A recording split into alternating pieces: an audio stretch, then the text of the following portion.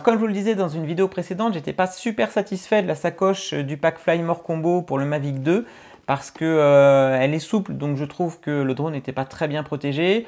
Et à l'intérieur, c'est très étroit, donc pour sortir ou pour entrer des accessoires, c'était pas super pratique.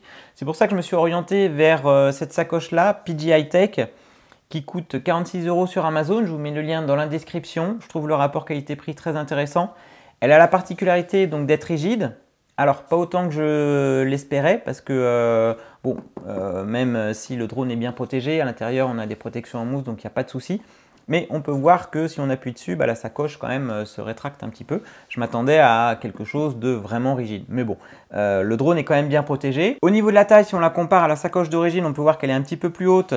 Et au niveau de l'épaisseur, elle est un peu plus fine puisqu'elle est plus large, bien sûr. Elle rentre très bien dans un sac à dos, ce qui me permet, moi, par exemple, si je fais une randonnée, de mettre tout mon matériel drone dans un sac à dos. Avec en plus dans le sac à dos, à côté, je mets mon pied photo, un appareil photo, une bouteille d'eau, enfin voilà. Donc les dimensions sont idéales. On peut la porter soit à la main, comme ça, avec la petite sangle, ou alors en bandoulière, que ce soit à pied, en vélo ou autre. Cette bandoulière est très pratique. Pour ouvrir la sacoche, il suffit donc de faire glisser les deux fermetures éclair. La sacoche donc se sépare en deux. Et quand on l'ouvre, on a toute la partie qui est plutôt destinée au chargeur et ensuite tout ce qui est batterie, drone et radiocommande. L'avantage de cette sacoche, c'est que je peux mettre le drone avec ses hélices sans avoir peur de les abîmer, notamment les petits winglets de bout d'hélice qui, dans la sacoche d'origine, ont tendance à frotter sur les côtés et donc à s'abîmer. Et bien là, je peux poser donc le drone avec les hélices et comme les parties donc, sont bien formatées à la forme du drone, ça ne gêne pas du tout pour fermer et les hélices sont bien sécurisées. Donc ça, c'est plutôt bien, notamment en termes de rapidité de mise en place. Hop, le drone, je le laisse toujours avec ses hélices, ça c'est plutôt pas mal. Autre avantage non négligeable, c'est que je peux mettre la radiocommande avec les sticks sans les enlever. Ça, c'est plutôt pas mal, encore une fois, pour gagner du temps. J'ai juste rajouté le petit accessoire que j'avais sur mon Mavic Pro première génération qui me permet de bloquer les sticks. Et comme ça, la radiocommande est sécurisée et je peux la laisser avec les sticks et ça c'est super pour gagner du temps quand on veut décoller rapidement. Et ensuite on a les emplacements donc, pour les batteries qui sont encore une fois très bien formés, donc qui prennent bien la place exactement, qui épousent les formes de la batterie. Donc ça permet de ne pas appuyer dessus et qu'elle soit bien fixée. Et ensuite, petit plus, c'est cette petite bande de tissu qui va venir recouvrir le tout avec un velcro. Alors là j'ai les sticks. Mais quand on a les sticks qui sont enlevés, quand on enlève les sticks, du coup, ça fait une surface plane sur laquelle on peut mettre une tablette. Et ça, c'est plutôt bien pensé. De l'autre côté, on a donc la partie qui protège le haut du drone.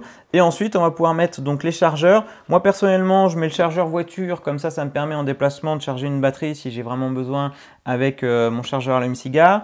Le câble pour la radiocommande. Et ça me laisse une place pour mettre soit une boîte de filtre ND ou un accessoire autre. Je ne mets pas ni la station de charge, ni le chargeur d'origine, en fait, le chargeur secteur, parce que ça prend de la place pour rien et quand je suis sur le terrain, a priori, j'ai pas de prise électrique. Donc, je préfère prendre juste le chargeur allume-cigare et de me laisser ces emplacements pour mes petits accessoires. Ensuite, une fois qu'on a mis tout ça dans la boîte, il suffit donc de refermer, hop, comme ça. Et du coup, le drone est très bien protégé et surtout, il est prêt à voler. C'est-à-dire que j'ai donc les hélices sur le drone, les sticks sur la radiocommande, hop, j'ouvre la pochette, je mets le drone en place et je peux décoller assez rapidement, ce qui n'était pas le cas donc avec le pack Flymore d'origine. Donc pour moi, elle répond vraiment à mes attentes. Elle est en plus résistante à l'eau, le drone est bien protégé. Le fait qu'elle s'ouvre comme ça en deux, on peut rapidement prendre les accessoires dont on a besoin.